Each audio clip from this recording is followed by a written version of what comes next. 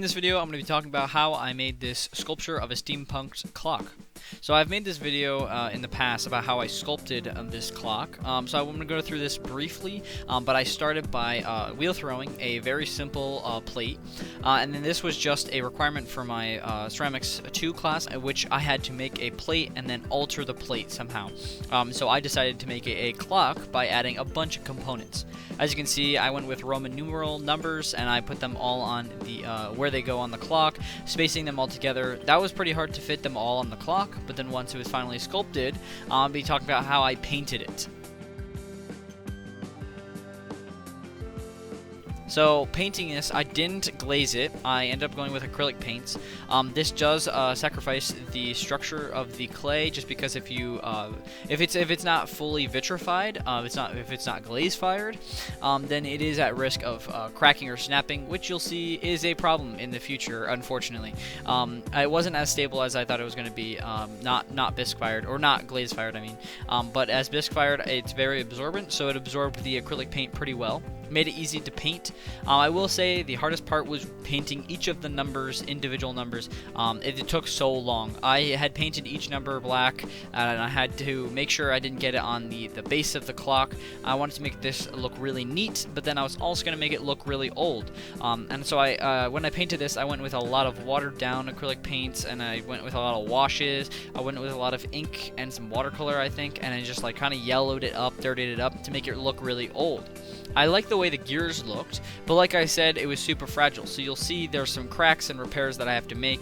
I accidentally snapped one off while I was painting it. I accidentally, I think I sat on it at one point. I don't know. I've cracked this thing so many times, it's bad. But it's finally put back together, and you can only see a few cracks, which is fine. I think it just goes with the aging of the clock, makes it look really, really old. And then I also did some dry brush techniques to the parts that I wanted them to look metal and shiny. I just went in with some dry brush and lighter grays to make it look more like metal. Once I had done the orange, I realized it was too bright of an orange to look like rust, so I went back over it with some gray, and then I took a sponge and I went back in, a sponge brush, and I went back in and I added more orange, I added more browns, I added more whites and grays to just try to get that rusty metal look, try to make it look really old. Once I had done that, I think I didn't really like how plain everything looked, so I wanted to make things look shiny and new again, but then also wanted to bring in some gold too. I wanted some of the gears to look gold, just to bring some, at least some, I don't know, some interest to the piece. I really liked how the way it was looking, but I wanted to add it and spice it up.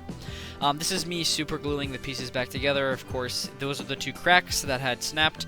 I put them back together, and it wasn't that big of a deal, but kind of annoying they broke. But like I said, I had to sacrifice the stability of the clock because I used acrylic paint instead of glazing it.